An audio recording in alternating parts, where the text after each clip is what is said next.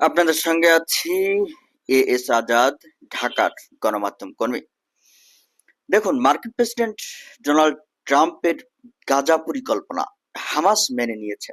এটা কিন্তু ইসরায়েলের জন্য একটা বিস্ময়কর খবর। হামাস ট্রাম্পের গাজা পরিকল্পনা মেনে নিয়েছে, এর অর্থ এই না যে গাজায় সম্পূর্ণ সহিংসতা থেমে যাবে। এটা কিন্তু না। গাজার অবস্থা এমন পর্যায়ে গেছে যে আপনি মনে করুন যে গাজা শাসন করতে হলো হামাস, ফিলিস্তিনি স্বাধীনতাকামী সংগঠন, এবং এই হামাস দীর্ঘদিন ধরে গাজায় বহু প্ল্যান করে কিন্তু তাদের অবস্থান শক্তিশালী করেছিল।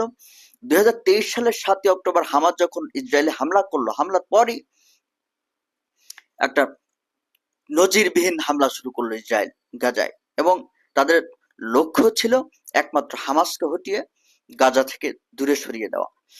এর মধ্যেই তারা গাজাবাসীর জনসংখ্যাকে কমানোর পরিকল্পনা করেছিল, হত্যা করার পরিকল্পনা করেছিল। আপনারা দেখছিলেন যে না খেয়ে খাদ্য বন্ধ করে দেওয়া হয়েছিল, এখনো খাদ্য বন্ধ, এবং তারা নারী পুরুষ জীবন্ত লাশের মতো ঘুরে বেড়াচ্ছে গাজায়। এই অবস্থায় যখন ট্রাম্পের গাজা প্ল্যান হামাস মেনে নিল, এরপরে কি গাজায় শান্তি ফিরবে বলে মনে করেন? না, গাজায় শান্তি কিন্তু ফেরার কোনো লক্ষণ নেই। কারণ আপনি চিন্তা করুন যে হামাস গাজার মানুষের হৃদয়ের সংগঠন, গাজার মানুষের হৃদয়ের স্পন্দন হলো হামাস, এবং এই হামাস যখন গাজায় থাকে তখন গাজার মানুষেরা উৎফুল্ল থাকে, সাহায্য সহযোগিতা পায়। গাজার মানুষকে নিয়েই কিন্তু বেঁচে থাকতে চায় হামাস।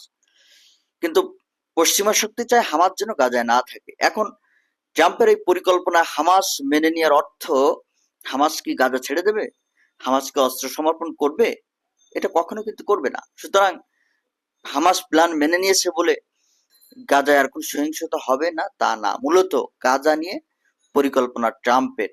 সেখানে যে দখলবাদীর সরকার বসানো হচ্ছে, এই দখলবাদীর সরকার বসালে গাজা কিন্তু একটা দখল হয়ে যায়, পশ্চিমাদের দখলে হয়ে যায়। নেতানিয়াহু চাচ্ছে, মূল পরিকল্পনা এটাই, কিন্তু হামাসের আবেদনে হয়তো ট্রাম্প সাড়া দেবেন না, নেতানিয়াহু এমনটি ভেবেছিলেন। কিন্তু অবশেষে দেখা গেল ট্রাম্প হামলা বন্ধ করতে ইসরায়েলকে নির্দেশ দিয়েছে।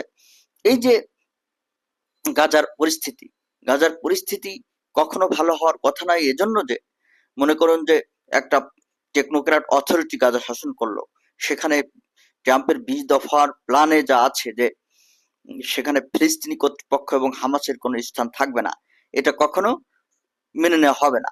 আর এটা নিয়ে কিন্তু পরবর্তীতে সহিংসতা শুরু হয়ে যাবে।